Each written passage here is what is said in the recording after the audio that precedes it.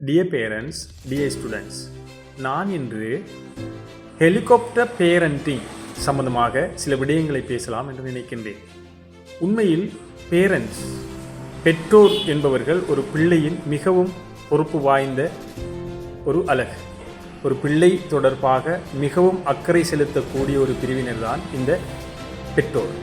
பெற்றோர் ஆகியவர்கள் பிள்ளைகளுக்கு மிதமிஞ்சிய கேரிங், மிதமிஞ்சிய அக்கறை செலுத்துவதை தான் ஹெலிகாப்டர் பேரண்டிங் என்ற விடயம் கருதுகின்றது.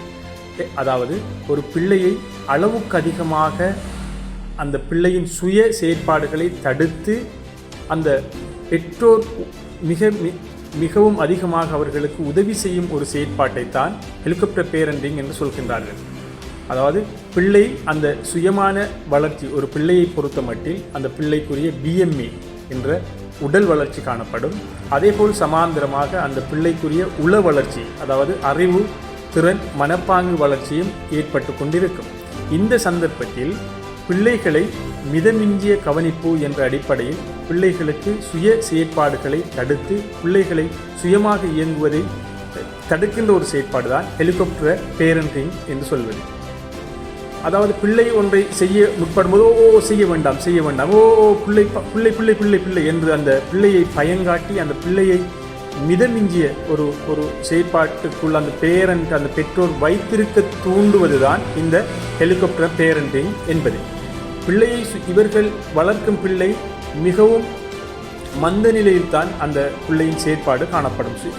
குறித்த சமவயது பிள்ளைகள் செய்யும் இயங்கும் அமைப்பிலும் பார்க்க இந்த ஹெலிகாப்டர் பேரண்டிங் உட்பட்ட பிள்ளைகள் குறைவாகத்தான் இயங்குவார்கள்.